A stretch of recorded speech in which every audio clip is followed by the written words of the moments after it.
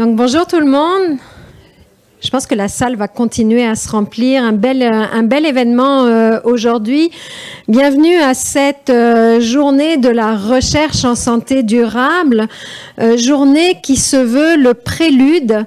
Puis moi, j'adore ça, les préludes. C'est les premières notes de ce qui annonce un morceau de musique absolument fantastique. Alors voilà, cette journée de la recherche en santé durable, prélude au sommet de la santé durable organisé par nos collègues et amis de l'Association pour la santé publique du Québec. Donc merci à eux d'avoir pensé à nous. Merci à nous tous. Et j'aurai l'occasion de le redire plus tard, notamment l'équipe de Jean-Pierre Després de Vitam qui a tout organisé cette journée là, qui, j'espère, va être intéressante, fructueuse, passionnante. Alors, j'étais il y a quelque temps, en septembre dernier, en Belgique, et une chercheuse du Manitoba nous a dit qu'il y avait quelque chose dans la vie qu'on n'avait pas complètement compris, nous les humains, c'était notre façon de nous présenter.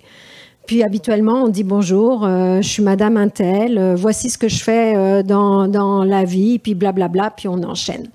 Puis en fait, ça ne crée pas de lien. Puis si on veut créer du lien en santé durable, et Dieu sait qu'on en a besoin, il faut revoir un petit peu nos façons de nous présenter. Alors je vais essayer, puis vous me direz ce que ça donne.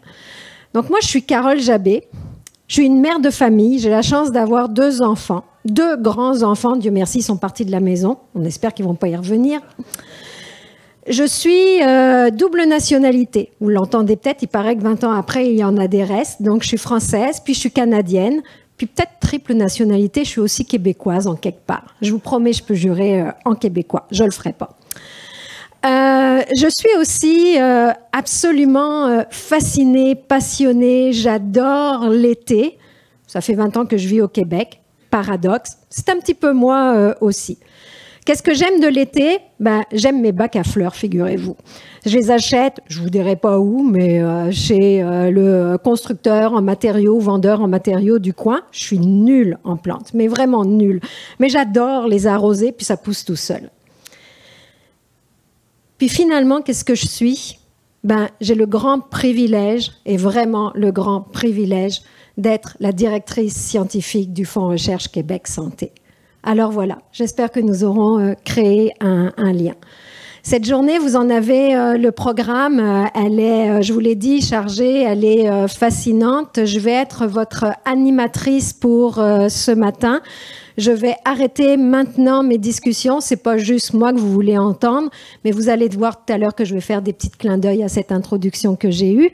Et je vais me permettre d'accueillir sans plus tarder, j'allais dire, notre scientifique en chef du Québec. Mais d'abord, je vais être un petit peu égoïste, mon patron. Donc Rémi Quérillon, bienvenue pour la première présentation de cette journée.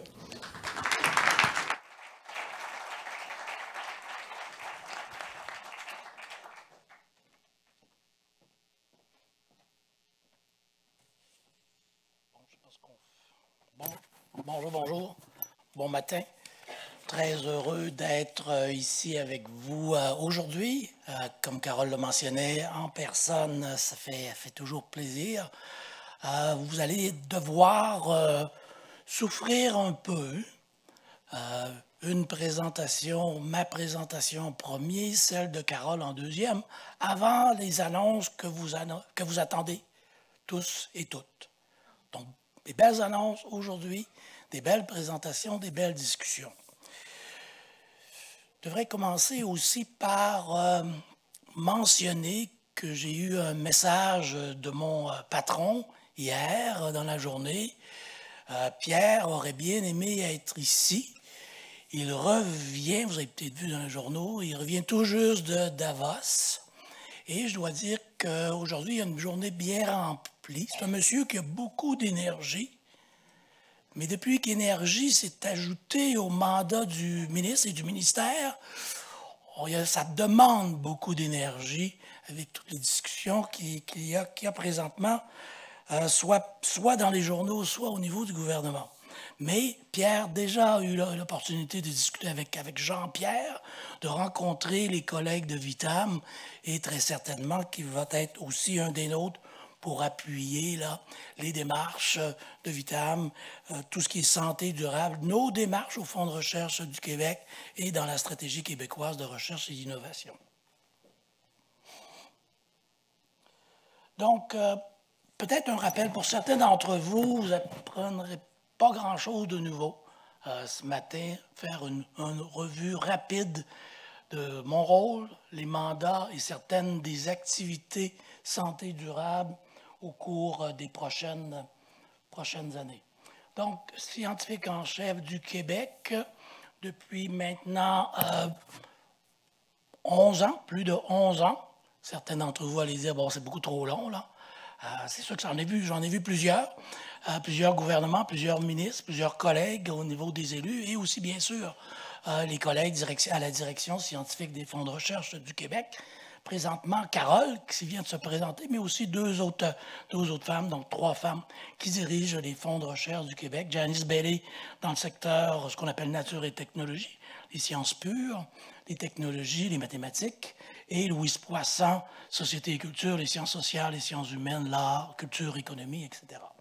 Donc, présentement, conseiller au ministre en titre, économie, innovation, énergie, mais bien sûr, on travaille avec l'ensemble du gouvernement. On fait beaucoup avec le ministre Charette du côté environnement, changement climatique, forêt et autres, forêt, parcs et autres. Aussi, bien sûr, avec l'enseignement supérieur, avec la ministre Derry, l'éducation avec Bernard Drainville, la santé, bien sûr, avec le ministère de la Santé et des Services sociaux, etc., etc. Donc, conseiller le gouvernement en recherche et innovation. Partenariat, beaucoup au niveau de partenariats internationaux. Et ici, aujourd'hui, on lance quelque chose. On va faire des annonces côté de la santé durable, mais on voudrait bien que ça fasse tâche d'huile rapidement et développer des partenariats internationaux. Certains existent déjà, mais il pourrait en avoir davantage pour démontrer le leadership du Québec dans ce secteur-là. Sciences participatives, des fois on appelle aussi sciences citoyennes, très, très heureux de savoir qu'à l'intérieur de l'initiative Vitam, ce qu'on va annoncer aujourd'hui aussi du côté des investissements des fonds de recherche, la participation des patients, la participation des citoyens est absolument centrale, très, très important pour nous, et ça fait partie de mes mandats aussi. Donc, promotion de la recherche multidisciplinaire, de la recherche intersectorielle, et j'ai mentionné déjà les fonds de recherche du Québec. Et bien sûr, pour nous, fonds de recherche du Québec, la relève, la prochaine génération de chercheurs, c'est tout à fait essentiel. La majorité de nos fonds de recherche, environ 40%, vont pour financer des bourses d'excellence. Et on travaille beaucoup, très fort avec le gouvernement du Québec pour augmenter la valeur de nos bourses d'excellence pour les étudiants et pour les jeunes chercheurs, si on veut être plus compétitif. Donc, soutien à la recherche et la formation de chercheurs.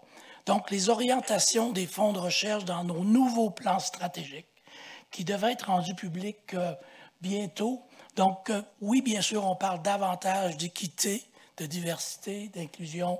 Oui, on parle davantage d'objectifs de développement durable.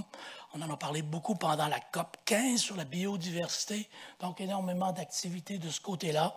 Et on pense que le Québec peut et doit jouer un rôle de leader dans tout ça. Aussi, tout ce qui est en termes de sciences ouvertes et de libre accès aux publications scientifiques. Donc, on est en discussion avec les autorités gouvernementales pour trouver des voies de passage de ce côté-là pour faciliter le libre accès aux publications scientifiques produites par nos étudiants et par nos chercheurs. Bien sûr, la recherche fondamentale, on continue à dire à nos autorités que c'est très important. Bien sûr, l'aspect innovation, l'aspect commercialisation est important, mais la recherche non dirigée est très importante. C'est de cette façon-là qu'on a réussi, pas moi, là, mais les chercheurs à travers le monde à développer rapidement les vaccins à l'ARN. Si on n'avait pas de vaccin à l'ARN, on serait où aujourd'hui, avec cette fameuse pandémie COVID? Donc, recherche non dirigée, très, très, très important. Science en français, on travaille aussi à faire la promotion de la science en français au Québec. Différentes activités au cours de la dernière année, incluant la création d'un réseau international en conseil scientifique, qui est basé à l'Université Laval, mais toutes les universités québécoises sont impliquées, aussi la France et plusieurs pays africains. Et on va avoir un forum, un sommet sur la science en français à la fin du mois d'avril à Montréal avec des collègues d'un peu partout dans le monde francophone.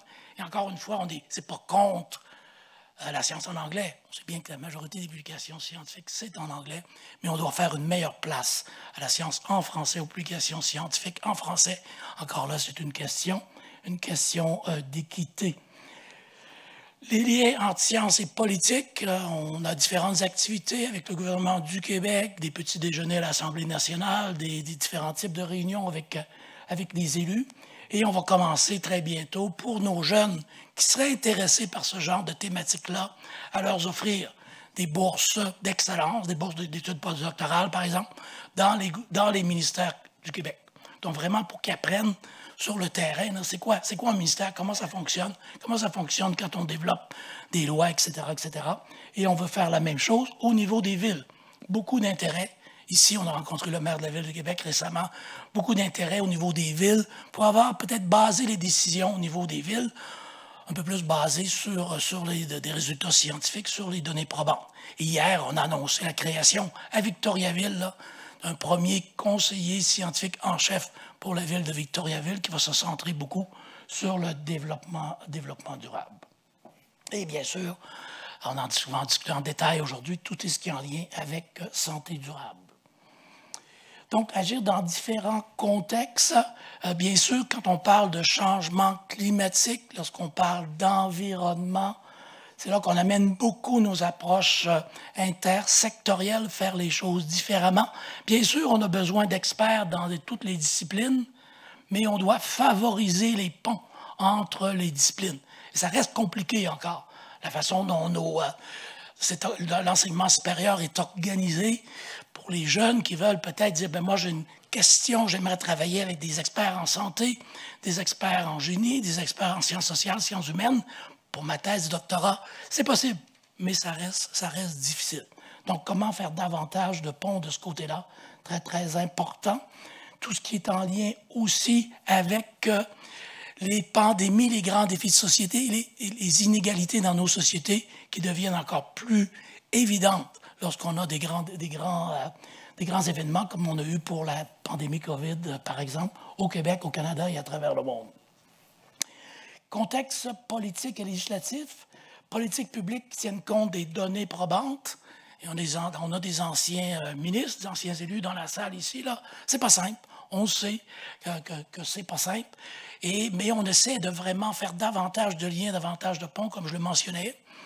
Et par contre, pour nous, chercheurs scientifiques, je me considère encore comme un chercheur, même je ne suis pas très pratiquant depuis une dizaine d'années sur le terrain. Les messages, comment traduire nos messages pour qu'il y ait plus d'impact au niveau politique. Et en bout de ligne, se dire, oui, c'est eux qui, en bout de ligne, prennent la décision. On espère baser sur des données probantes, mais souvent, il y a d'autres éléments à considérer dans une prise de décision politique. Mais on travaille fort sur ça. Démographie, vous savez tous, le Québec est une société âgée, donc il faut vraiment trouver des façons de faire différentes. Et notre objectif ici, c'est de vieillir en santé. Moi, mon expertise, lorsque j'étais en recherche, c'était beaucoup des maladies neurologiques, les maladies mentales.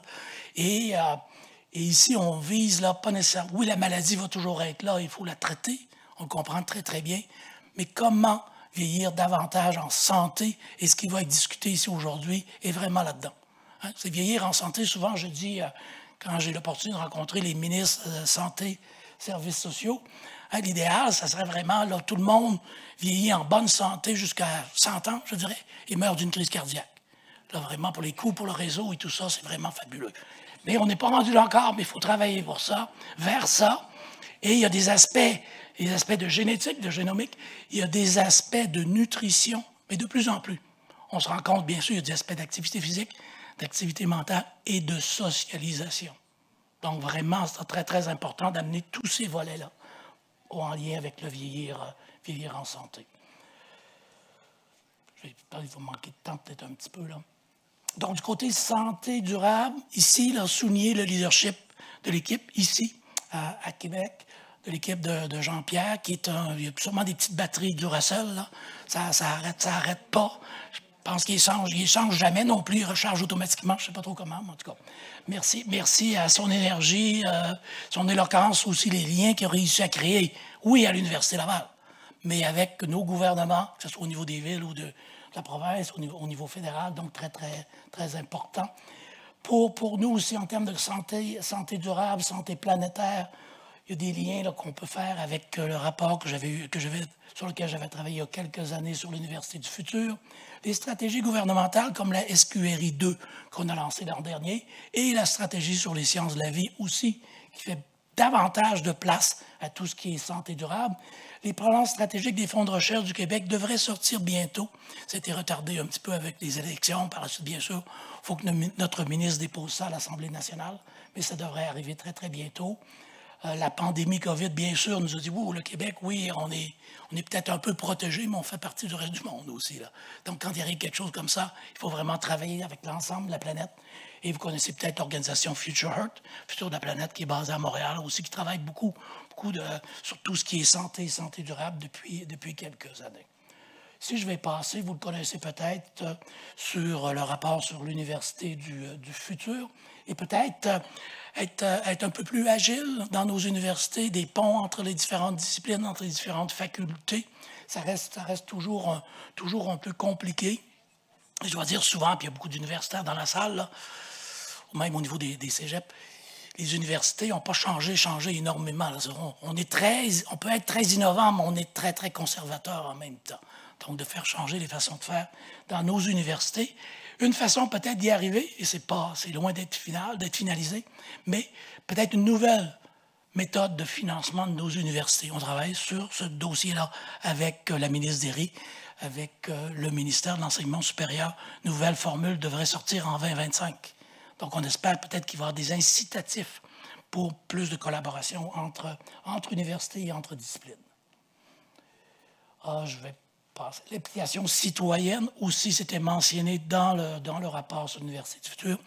Internationalisation, bien sûr, on ne peut pas vivre en silo. On fait partie du reste du monde et travailler davantage avec nos collègues partout à travers le monde, c'est très important. Vous allez en discuter beaucoup aujourd'hui. Davantage d'implication du citoyen, davantage d'implication du patient lorsqu'on parle de santé durable, mais globalement dans nos sociétés, comment interagir davantage avec nos citoyens. Et très souvent, nos concitoyennes ont de bonnes idées, aussi en termes de recherche, questions de recherche. Donc, on a développé au cours des dernières années au Fonds de recherche du Québec quelques programmes qui permettent là, à nos concitoyens de faire des propositions de recherche. On les met en lien avec des experts, avec des chercheurs. Ils bâtissent ensemble la programmation de recherche. Il y en a beaucoup dans le domaine de l'environnement, il y en a beaucoup dans le domaine de la santé. Et pour moi, l'objectif n'est pas nécessairement les résultats de l'année ou 2 années de recherche qu'ils vont faire, citoyens et chercheurs. C'est beaucoup plus de faire mieux comprendre la démarche scientifique, la méthode scientifique à nos concitoyens, concitoyennes. Peut-être une façon indirectement de combattre la désinformation. Et il y a certainement beaucoup d'intérêt de ce côté-là à avoir des programmes centrés un peu plus du côté santé durable. Les investissements de la SQRI 2, c'est quand même assez significatif. Il y en a beaucoup, bien sûr, qui est du côté environnement, du côté économie, du côté des fonds de recherche du Québec, une augmentation de 13 % de nos budgets de recherche. On voudrait toujours avoir plus, mais quand même, c'est significatif par rapport à ce qui est passé au niveau gouvernement fédéral. Là. Et beaucoup de focus, encore une fois, sur les talents. Donc, les talents, vraiment ici, talents diversifiés, agiles, formation de plus en plus agile. Le Québec, reconnu pour sa recherche libre et fondamentale, qui, bien sûr, éventuellement, va être traduit du côté innovation, du côté commercialisation, mais encore une fois, important de bien appuyer la recherche non dirigée. Et les grands défis de société, bien sûr, il faut travailler ensemble, que ce soit du côté vieillissement, du côté santé durable, du côté environnement, par exemple. Santé durable, Oleg, ici. Donc, on travaille, et Carole va donner beaucoup plus de détails en termes de fonds santé, mais on travaille aussi sur un projet. On avance tranquillement, je dirais, là, avec nos autorités, avec le gouvernement du Québec, incluant le bureau du premier ministre, de parler de changement climatique, de biodiversité et de santé. inclure davantage dans ces problématiques-là le volet santé, l'impact des changements climatiques, l'impact de la perte de biodiversité sur la santé humaine. Donc, en amenant le volet santé, on pense peut-être que ça va aider, ça va nous amener à avoir plus de facilité à convaincre les élus d'investir davantage dans ces secteurs-là. Et on se rend compte de plus en plus que les changements climatiques ont des impacts énormes sur la santé humaine, santé animale aussi, là, mais donc il faut faire quelque chose de ce côté-là. Et c'est notre façon ça va être notre façon de travailler au cours des prochaines années. Merci bien.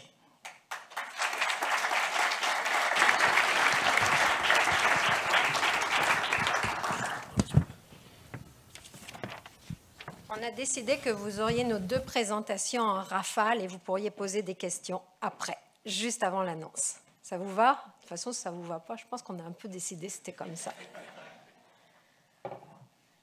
Donc, est-ce que c'est en haut qu'on m'envoie ma présentation ou je la passe moi-même? Ça, c'est magique. Fantastique. Ok, donc c'est mon tour de vous présenter ou peut-être de rentrer un petit peu plus dans le contenu, non pas dans le contenu, parce que du contenu, il y en avait beaucoup dans la présentation de Rémi, mais peut-être dans la traduction, comment est-ce que la vision des fonds de recherche du Québec pour la durabilité puis la santé durable peut se traduire au fond santé.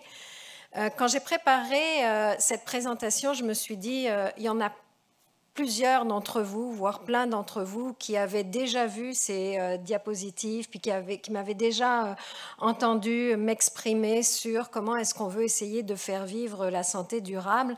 D'où l'idée de vous dire initialement que j'étais une maman de 2 enfants.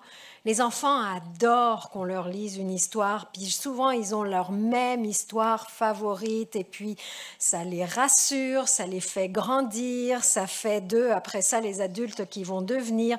Je me suis dit ça allait être votre histoire que vous allez vous approprier, puis j'espère vous répéter. Alors c'est ma façon de m'excuser pour tous ceux qui m'ont déjà entendu. Et pour ceux qui ne m'ont pas encore déjà entendu, j'espère qu'ils apprécieront non pas l'histoire, mais en tout cas la vision, la stratégie, l'action, et puis qu'on sera capable de fonctionner ensemble. La deuxième chose, c'est les fonds de recherche du Québec, ce sont vos agences subventionnaires, à vous, chercheurs, chercheuses, étudiants, étudiantes, Rémi vient de le dire. Le fonds santé est celui qui s'occupait traditionnellement de le développement des soins, l'organisation des services. Donc c'est un fonds qui avait jusqu'à quand même assez récemment, je dirais jusqu'à il y a une dizaine d'années, une connotation très biomédicale. Il y a quand même une teinte différente qui a été amenée au Fonds santé au fil du temps, puis qui, j'espère, vous allez le voir aujourd'hui, s'accélère. Si on est en train de faire évoluer notre mission, puis de regarder la santé de façon beaucoup plus globale, il y a une chose qui ne change pas, c'est la vocation du Fonds santé, qui, comme les 2 autres, est vraiment de construire de la capacité de recherche. Notre métier reste le même, mais vous allez regarder un petit peu comment on l'appréhende et comment on essaye de lui donner une globalité plus importante. Alors, pourquoi on fait ça? C'est ça dont j'ai besoin. Parce que voilà, alors ça c'est non scientifique, c'est même un petit peu subjectif, mais à peine. C'est comme ça que sort le système de santé dans la presse. Puis la joke que je fais tout le temps, c'est j'ai monté cette diapositive en début 2021, puis elle est toujours d'actualité. Nous avons à différentes échelles et partout dans le monde, ce n'est pas un problème au Québec, un problème d'organisation de notre système de santé, de nos systèmes de santé. Ils sont bons, ils donnent des services, les gens se font soigner, mais l'organisation, la population que nous sommes devenus fait que ces systèmes-là rencontrent vraiment un grand nombre de difficultés. Puis vous voyez les unes de journaux. Et la raison pour laquelle je dis que ce n'est pas scientifique, c'est qu'on n'en a pas fait une étude exhaustive. Toujours pas scientifique, mais un peu plus proche de nous. On a toujours notre problème de santé, on le voit en haut à gauche, nous devons agir maintenant pour rebâtir notre système de santé. Voilà comment sortent les unes. Donc cette espèce d'urgence, elle est là, elle continue d'être exprimée. Elle continue d'être exprimée avec des nouveaux paramètres. Ils ne sont pas complètement nouveaux, mais ils se sont accélérés avec Covid. Des questions comme qui va nous soigner? Comment on fait ça? Donc c'est des choses, des enjeux que le Fonds Santé regarde. Par contre, on voit aussi que dans nos unes de journaux, et c'est très récemment, c'est début janvier, on voit qu'il y a une réflexion qui appartient à chacun d'entre nous qui est en train de s'installer. Des résolutions réfléchies. En début d'année, on a tous pris nos résolutions, on le fait régulièrement. Ces résolutions-là vont exprimer des paramètres de santé. Une prise de conscience, et à mon avis, le journal s'est trompé, mais on leur dira qu'on est contraint à innover. C'est trompé parce qu'on a pris la photo de l'hôpital, un des hôpitaux les plus modernes, qui est le CHUM. Quand on lit l'article, on s'aperçoit qu'on est contraint à innover avec nos établissements de santé, mais aussi en dehors de nos établissements de santé et en collaboration avec eux. Puis c'est ce que démontre pas cette photographie ici. Puis la photo du milieu, faut que ça bouge. Puis il faut que ça bouge, là encore, quand on lit l'article, c'est plusieurs choses qu'on a derrière, il faut que ça bouge. Il faut que ça bouge parce que notre population, nos adolescents sont en train de devenir obèses. Puis Jean-Pierre sera capable de le dire beaucoup mieux que moi. Mais il faut que ça bouge parce qu'il faut que ce soit tous ensemble qu'on ait cette prise de conscience de « on peut faire changer les choses ». Si je le dis de façon beaucoup plus synthétique, la santé, on vient de le voir avec ces petites coupures de presse, c'est une urgence qui est plus grande que jamais, mais il y a aussi une capacité de changement. Alors l'urgence, je veux dire, Covid, dans 30 ans, on en parlera encore. Covid, c'était faire face à une pandémie. C'est à la fois un problème de santé, mais je pense que ça a aussi démontré que c'était un problème de société. Oui, un problème d'organisation pour avoir des masques, pour avoir des gants, mais pas seulement. C'est comment est-ce qu'on veut reconsidérer notre société, comment est-ce qu'on veut vivre dans cette société, quels sont un petit peu les comportements. Le Fonds Santé ne regardait pas les comportements avant. Quels sont les comportements qu'on veut adopter pour appréhender cette santé? C'est des enjeux parce que l'état de la planète, il est ce qu'il est. Je n'ai pas mis ma diapo influence, environnement, climat et santé, mais on ne peut pas nier qu'il y a une véritable influence dans cette association-là. La population et son espérance de vie. Ça, c'est la petite nouveauté pour ceux qui avaient déjà vu la diapo. Là, il y a des chiffres maintenant, il y a des pourcentages. Ben, figurez-vous, on le dit, mais on ne s'en rend pas compte, qu'on va vivre toujours plus nombreux, puis qu'on va vivre plus vieux. Aujourd'hui, on est à peu près 8 milliards d'habitants.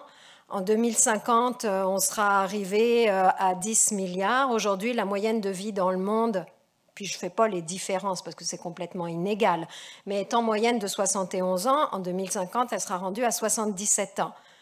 19% de la population aujourd'hui au Québec a plus de 65 ans. Ce sera 25%, 19-25 sur la diapo, en 2030. Donc il y a vraiment un enjeu ici de changement démographique très clair qui vient avec des enjeux d'égalité et d'inégalité. Transformation des approches de santé, 40%. Vous savez ce que c'est 40%? C'est le 54,2 milliards que nous dépensons en santé aujourd'hui au Québec, 40% des dépenses totales de la province. Voilà le 40%. On ne peut pas monter à 50%, puis on pourra encore moins monter à 60%, qui est ce dont on aurait besoin si on continuait comme ça. Mais ce n'est pas juste ce chiffre-là qui est important. La deuxième phrase ou le deuxième taquet dans la transformation des approches de santé est importante, c'est la prise de contrôle de l'usager sur sa santé. On est arrivé, au début, là, on disait le patient, il est acteur, et puis il est devenu partenaire. Puis on prétend qu'il fait partie aujourd'hui des décideurs. Et ça, c'est un changement, autre changement qu'on est capable de voir et qui nous aide dans l'agenda dont on parle aujourd'hui. Puis finalement, ce n'est pas que des mauvaises choses là, ce n'est pas que des mauvais chiffres qui vont comme nous déprimer pour le reste de la journée. Il y a aussi des bons chiffres, on a aussi des opportunités, et les opportunités sont dans les innovations. Et ces innovations-là, elles sont à la fois technologiques, mais elles sont aussi sociales, et elles marchent main dans la main. Si j'ai que de la techno, ça ne marche pas, si j'ai que du social, ça ne marche pas. Puis elles sont complètement accélérées par l'intersectorialité dont parlait Rémi. 24% des Canadiens et des Canadiennes aujourd'hui utilisent une application, un objet connecté pour suivre leur santé et leur bien-être. 12% des médecins en première ligne utilisent ces données de nos objets connectés pour regarder un petit peu et nous suivre dans notre état de santé. C'est à partir de ces bases-là qu'on peut probablement construire notre santé durable. Comment tout ce que je viens de vous dire en introduction se traduit pour le Fonds Santé? C'est la vision que vous avez ici. Je vais prendre le temps de la lire. Une recherche qui vivre avec la société et sa diversité. Si on n'inclut pas la diversité dans notre société, il va nous manquer un bout. Pour une santé durable, santé qui n'est pas vue comme un état, mais bel et bien comme une ressource qui est essentielle à la fois au développement individuel et à la prospérité socio-économique. La santé comme une ressource. Les mines sont une ressource, la santé est une ressource. Pareil, égal. Vous voyez avec cette vision-là qu'on vient de transiter ou d'affirmer la transition qui s'opérait depuis plusieurs années d'un fonds très biomédical, très concentré sur la clinique, très concentré sur les soins, vers un fonds qui s'occupe maintenant de la santé dans sa globalité. Bien sûr qu'on va continuer à s'occuper de la maladie, elle ne disparaîtra pas demain, mais il faut aussi s'occuper de la santé. Celle-ci, je ne vous la lirai pas. Ça, c'est la définition académique de la santé durable. Vous aurez accès à ma présentation, vous pourrez la lire en détail. Chaque mot y est important, donc ce n'est pas parce que je ne la lis pas que je ne veux pas souligner le travail de Félix Desrosiers qui a été fait dans le cadre de Pulsar, mais simplement, elle ne nous aide pas à comprendre ce qu'on veut faire.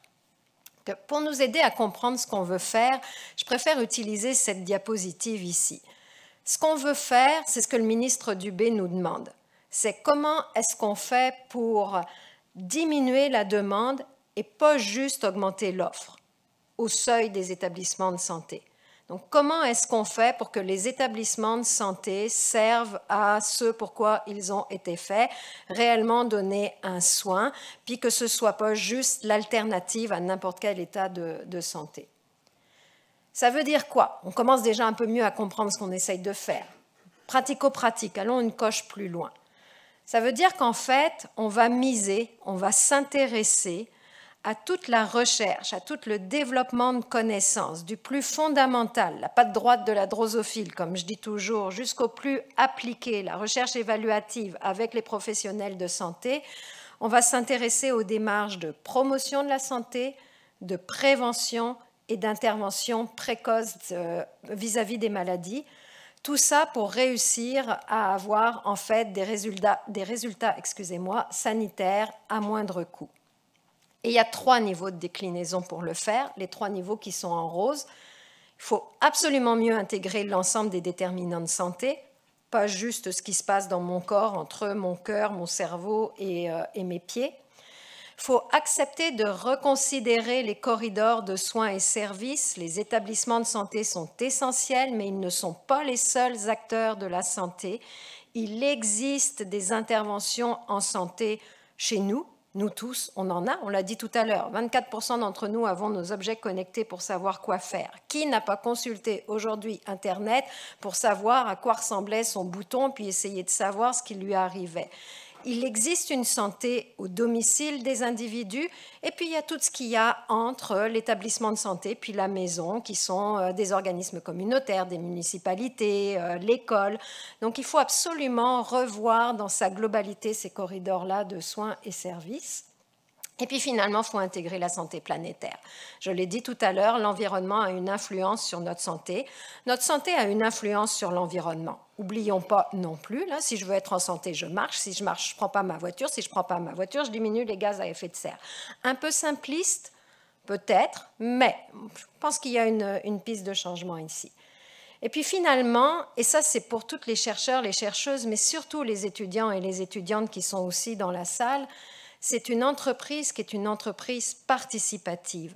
Il va falloir qu'on regarde une façon différente de faire notre recherche, d'intégrer le décideur, d'intégrer le citoyen, d'intégrer tout l'ensemble des acteurs qui agissent sur la chaîne de corridors que j'ai décrite. Alors, tout ce que je viens vous dire, est-ce que c'est des buzzwords? Et puis, est-ce que tout veut dire la même chose? Et puis, de quoi on parle? Ces derniers mots à la mode? Eh bien non, ce n'est pas le dernier mot à la mode. Et puis, il y a des choses qui ne sont pas identiques. Puis, je tiens beaucoup à cette diapositive-là parce qu'on va dire santé durable, c'est la même chose qu'une seule santé. Mais oui, une seule santé, j'ai entendu parler. Ben oui, mais non. Ce n'est pas la même chose. Une seule santé, c'est important, c'est la mise en relation de l'environnement, de la santé animale, de la santé humaine. Le souci que j'ai avec ça, c'est que la santé humaine, c'est juste la conséquence. Notre santé durable n'est pas une conséquence de ce qu'on va faire sur l'environnement et puis sur la santé animale. Alors, est-ce que c'est de la santé planétaire ? On se rapproche, je l'ai dit, la santé planétaire est une composante, c'est la liaison avec l'environnement, le climat, influence mon état de santé, et ce n'est pas des blagues, et ce n'est pas juste les maladies chroniques et les patients souffrant de maladies chroniques qui ont des difficultés pendant une canicule. Mais ce n'est toujours pas ma santé durable. La santé durable, et merci à Catherine, et un jour je vais vraiment lui rendre hommage comme il faut. Cette figure-là vient du Centre intersectoriel de santé durable qui est dirigé par Catherine Laprise. C'est en fait l'ensemble des interrelations qu'on va avoir avec une seule santé, qu'on va avoir avec santé planétaire, mais dans laquelle on va rajouter les politiques de santé, dans laquelle on va rajouter l'organisation des soins et services. Et c'est comment, en regardant l'ensemble de ces interrelations-là, on est capable de maintenir un état de santé optimal. Donc je prétends que nous contenons une seule santé et nous contenons une santé planétaire et tout le monde devrait parler de santé durable à la fin de la journée.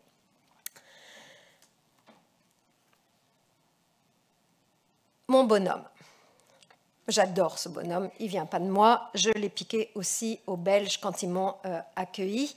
Ça nous aide à comprendre encore plus clairement la transition qu'on est en train d'opérer.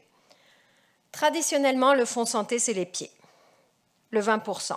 Ça, le bonhomme, c'est tout ce qui fait que je vais être en santé ou maintenir mon état de santé optimal. J'aime mieux dire maintenir mon état de santé optimal. Un état de santé n'est pas toujours le même d'une personne à une autre. Donc, mon état de santé optimal.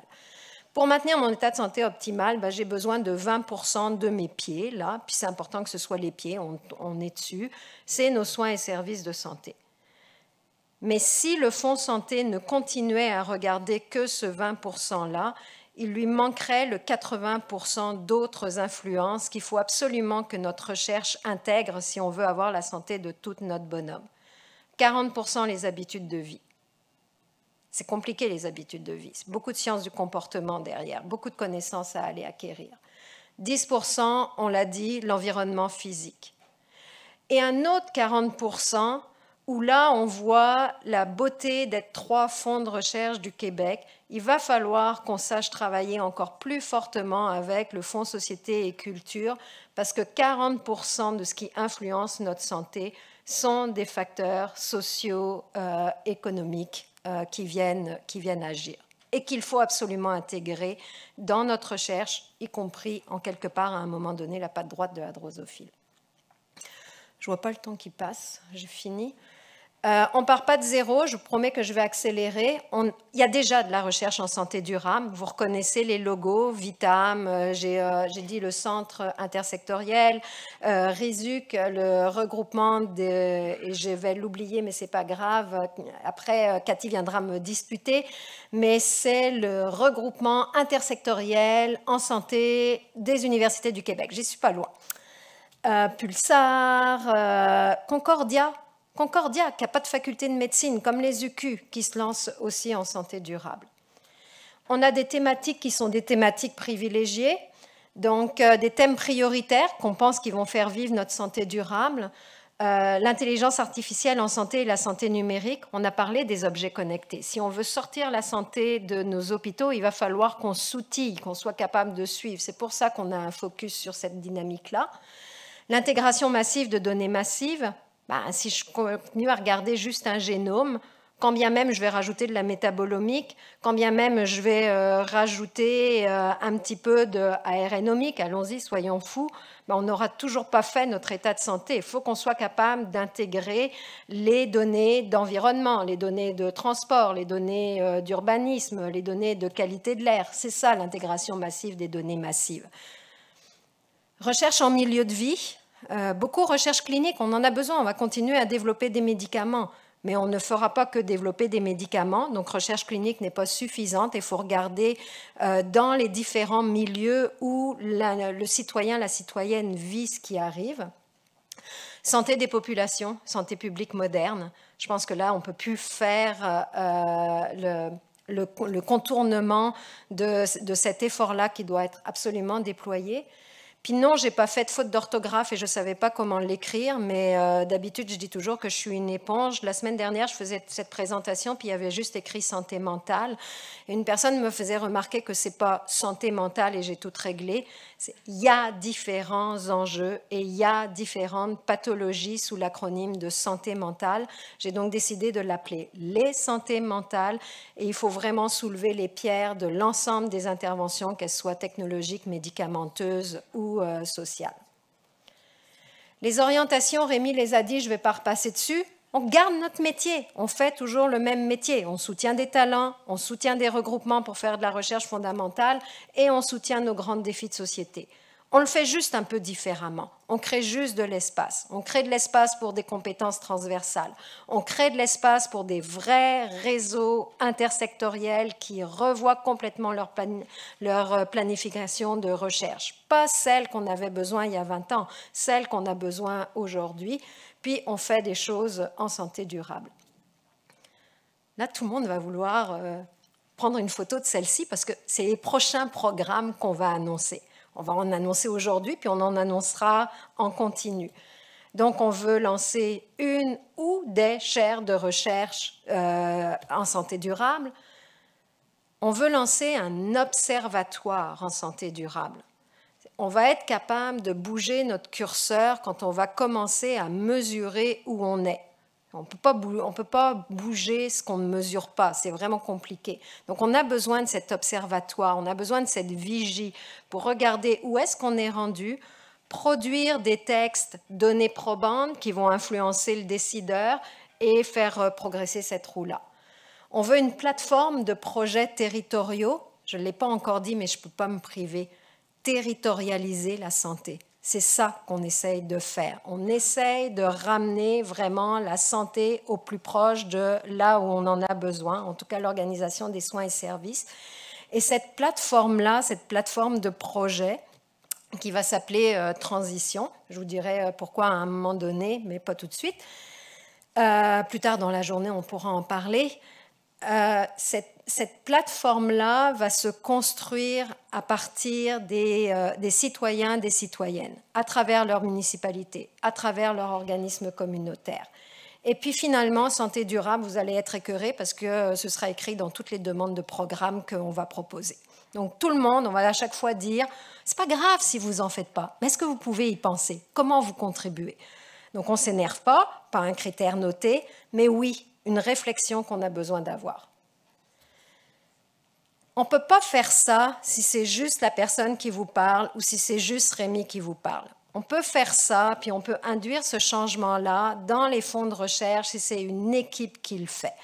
Je n'aurai pas l'occasion de le dire après, donc je vais juste souligner ici le travail de deux de mes collaborateurs qui sont avec moi, Manon Pelletier et puis Michael Bernier. Ils réfléchissent fort pour être capables de produire des programmes qui sont vraiment ouverts et inclusifs, comme on vient de le dire. Puis vous avez ici ce que pensent ces deux collègues-là dont j'ai parlé, mais plusieurs autres collègues dans les FRQ, des finances, à l'informatique. Je n'ai pas parlé juste de gens de programme, la finance, informatique, jusqu'à nos gens de programme pour dire c'est quoi qui vous animerait? Qu'est-ce que les chercheurs, chercheuses devraient faire qui vous animerait, que vous pensez répond à santé durable? Puis c'est tout ce que vous avez sur le côté.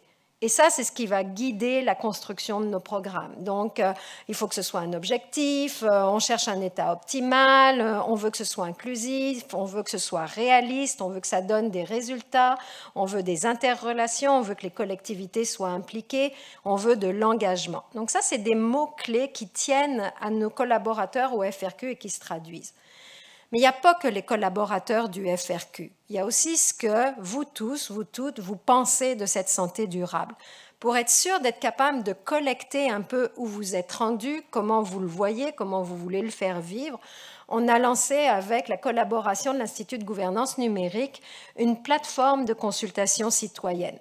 Donc là, vous avez le lien, la présentation circulera, vous ne privez pas, allez cliquer, c'est ouvert à tout le monde.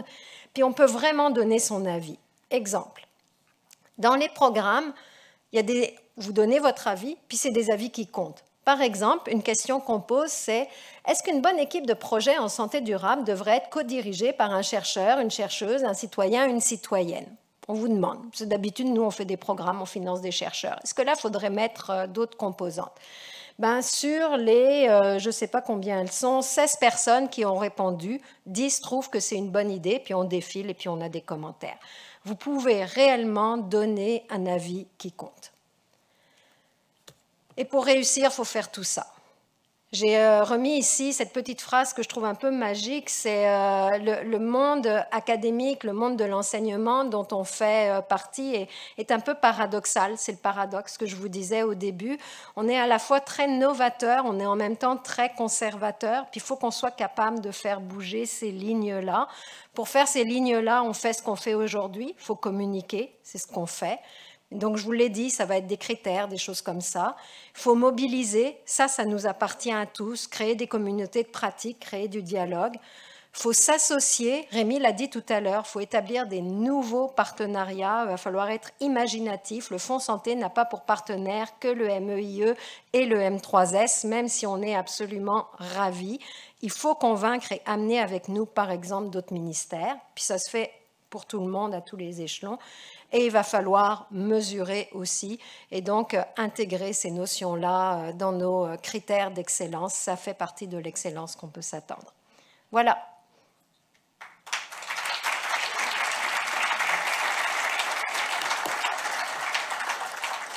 Donc Rémi va me rejoindre et puis on va prendre vos questions, commentaires si vous en avez.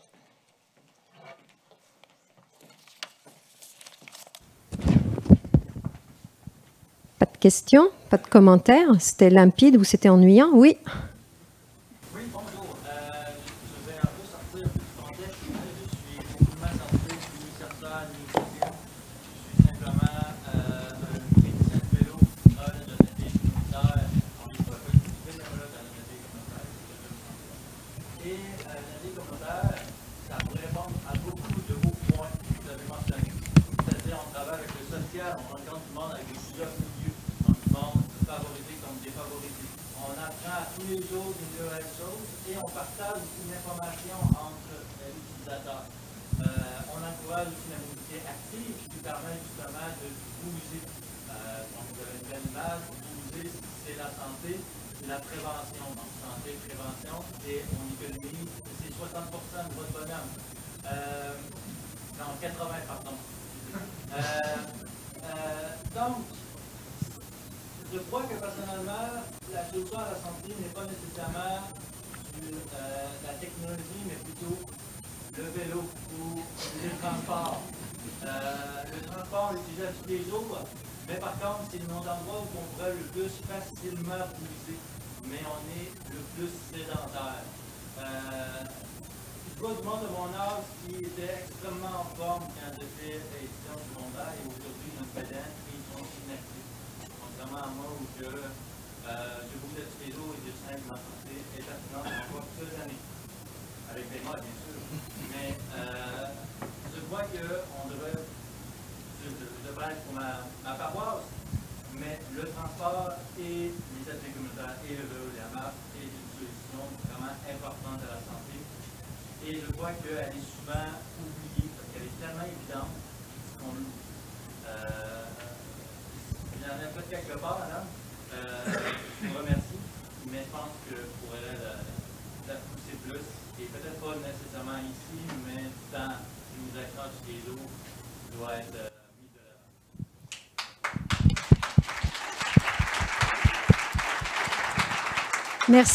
Merci pour le commentaire. Je pense qu'on va tous et toutes être d'accord avec ce commentaire-là. Merci aussi de mettre l'emphase sur le rôle des organismes communautaires. Ils sont une courroie importante dans plusieurs des actions qu'on veut prendre. Rémi? J'ajouterais juste, oui, d'accord avec vous, j'ajouterais juste qu'il y a aussi tout l'aspect nutrition. Et ici, il y a des collègues dans la salle très impliqués là-dedans. Donc, tout ce qui est désert alimentaire, il faut y voir aussi. C'est un autre élément très important là, de la santé durable. Oui? Moi, de mon côté, on parle beaucoup à travers les deux présentations, on parle beaucoup d'implication citoyenne, qui, je crois, est absolument essentiel, justement, pour s'assurer d'avoir une santé durable. Mon questionnement se fait à deux niveaux. La première, est-ce que le citoyen se trouve à être suffisamment informé? Parce que c'est une chose que la recherche qui se fasse, qui évidemment est nécessaire, mais est-ce que le citoyen se trouve informé? On a abordé des informations tantôt. Donc, je me dis, est-ce qu'il y a peut-être une réflexion à avoir au niveau de la courroie de transmission entre le résultat et le citoyen? Et je dirais juste ma deuxième réflexion, au point de vue du citoyen, est-ce qu'il se sent outillé aussi pour participer à ça? Parce que c'est une chose, mais ça peut être, des fois, ça peut être impressionnant et peut-être ça peut en restreindre certains de se dire, ben oui, je vais m'impliquer au niveau de la recherche et tout ça, peut-être parce qu'ils n'ont pas une formation académique ou autre, mais qui peuvent tout de même avoir des idées intéressantes. Donc, c'est un petit peu ma question en deux volets. Et vous allez sûrement parler davantage aujourd'hui, là, vraiment comment impliquer le citoyen. Il y a des citoyens ici dans la salle qui sont très, très, très impliqués. De notre côté, il y a le volet de la science ouverte aussi. C'est pas une panacée, mais peut-être d'avoir science ouverte et peut-être nous être capables de traduire en langage un peu plus simple les résultats de recherche. Ça va certainement faire partie de nos préoccupations au cours des années à venir. Et le programme engagement que j'ai mentionné, là, où citoyens et citoyennes peuvent nous faire des propositions de recherche. C'est la 3e année au fond de recherche qu'on a le programme.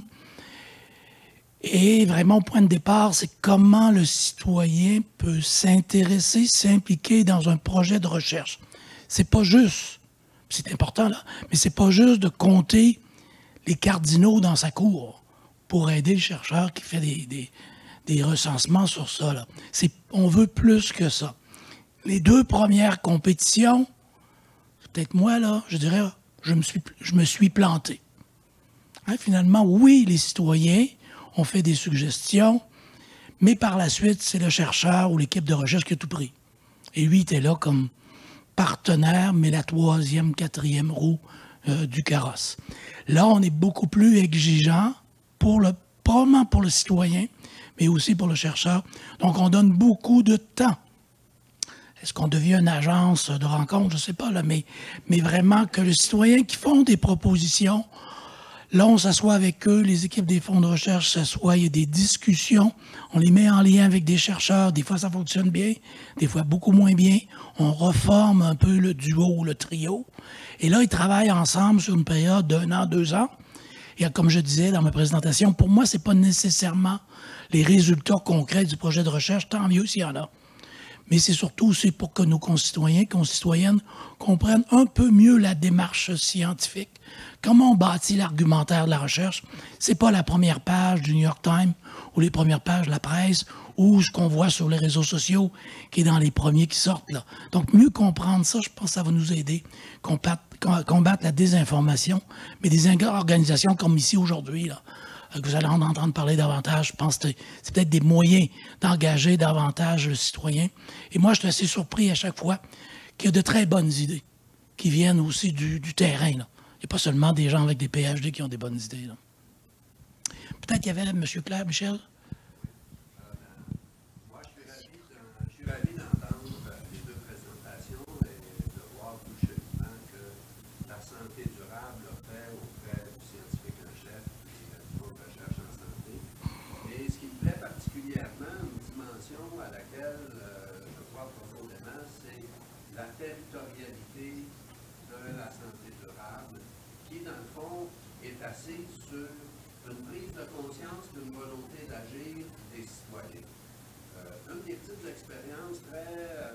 Peut-être le micro pour les gens en arrière, peut-être...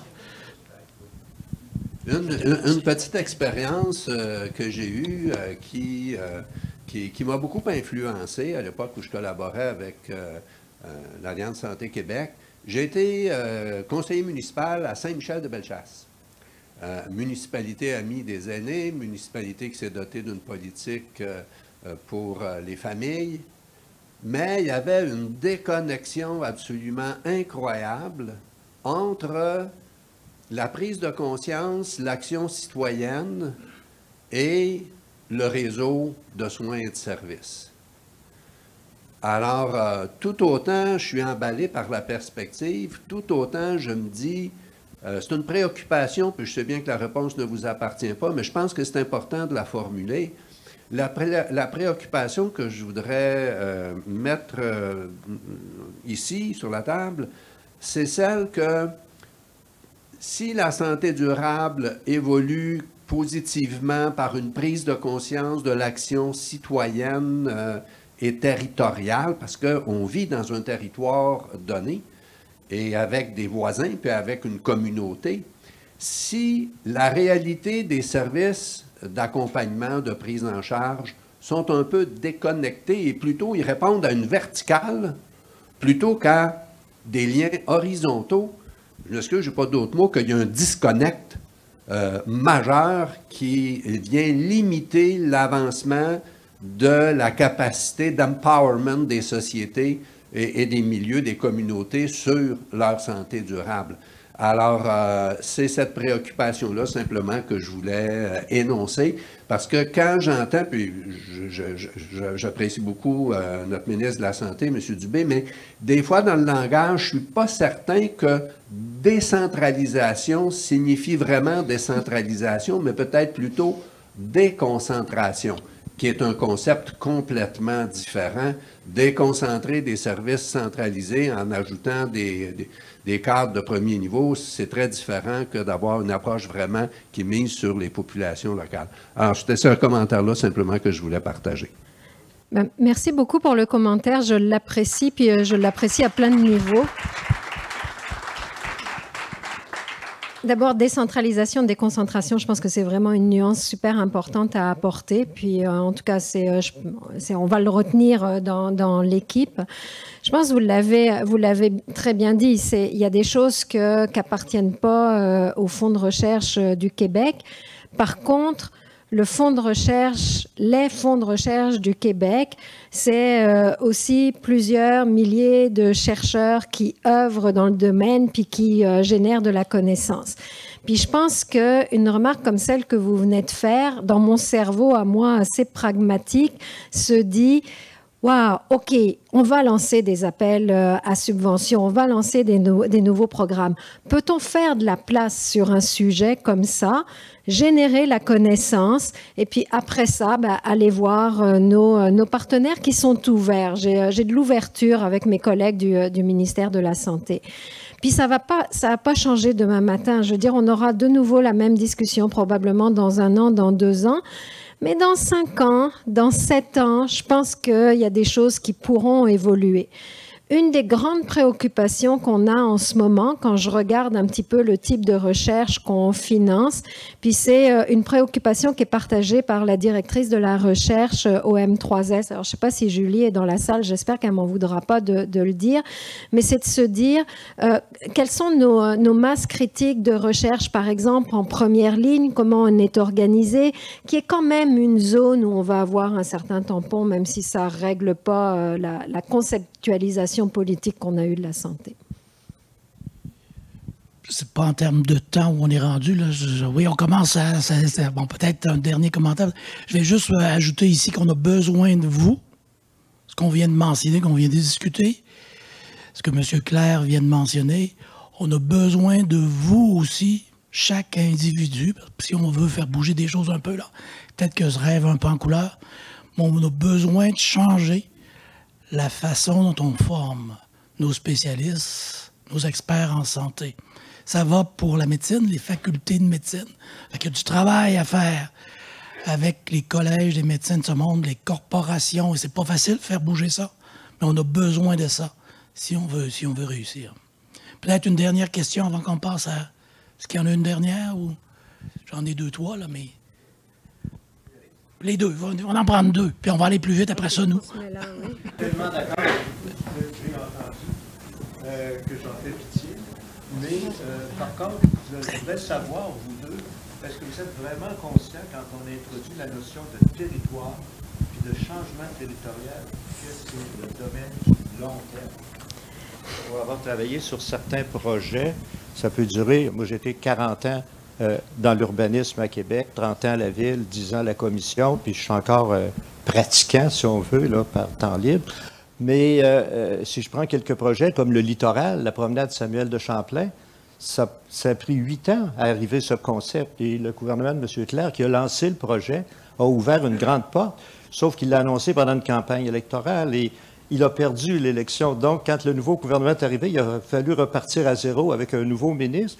Mais la durabilité, là, c'est 30, 40 ans.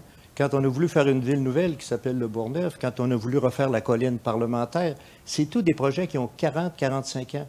Alors, ce que je vous demande, c'est une petite piqûre d'adrénaline pour un autre 40 ans. Moi, il ne m'en reste plus beaucoup, là.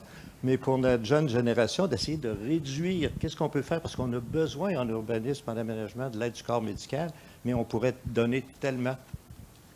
Oui, très bon commentaire. Ici, on va compter sur notre Jean-Pierre et sa pile Duracell pour nous aider à accélérer d'au moins d'une décennie et aussi bon, ça ne réglera pas tout, mais récemment, il y a eu l'annonce d'avoir un nouveau campus de l'INRS, l'Institut national de la recherche scientifique, basé sur la ruralité. Donc, avoir davantage, oui, il y a Québec, oui, il y a Montréal, il y a Sherbrooke, mais aussi les régions. Et avoir des experts qui s'intéressent vraiment à ça pour essayer d'avoir des solutions qui vont être plus appliquées dans une région par rapport à une autre, là. Donc, je pense qu'il y a de l'espoir, mais il y a beaucoup de travail à faire, bien sûr. Dernier commentaire avant de passer aux annonces? Oui, je voulais faire du pouce sur la question qui était pour l'implication citoyenne à laquelle les personnes étaient suffisamment informées ou non. Lorsque j'ai commencé la recherche en 2010, on était justement dans l'implication citoyenne au FQRSS. Quand on présentait nos recherches, c'était plus ou moins, populaire. Il n'y avait pas une grande popularité. D'où là, nous, on a créé un guide. Il est gratuit. C'est le guide Va-t-avec. Si vous advenant que vous voulez avoir plus d'informations. Puis, moi, ce que je peux répondre à ça, c'est ça dépend des moyens qu'on va offrir à la personne qui va s'impliquer pour savoir comment elle va être capable de s'impliquer. Il faut vraiment les moyens, là, les moyens, là, pas juste d'informations, là, mais documents, des fois, c'est les frais de déplacement, c'est de donner les moyens concrets, total, comme vous pourriez avoir pour avancer. Oui, les notions ne seront peut-être pas aussi poussées qu'au niveau scientifique. Je ne l'étais pas au départ. Là, je le suis plus. J'applique plus mon jargon en la recherche.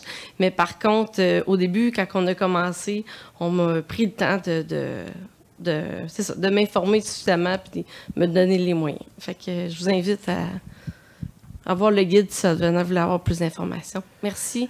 Merci beaucoup. On va passer, je pense, à la prochaine. Peut-être juste ajouter ici, là, notre programme Engagement donne un peu de moyens. Quand même, c'est pas parfait, loin de là, mais il y a quand même une subvention de 50 000 $ par année qui vient pour 2 ans. Fait qu'il y a quand même certains moyens, permet au moins aux gens de se déplacer et de démarrer une programmation de recherche.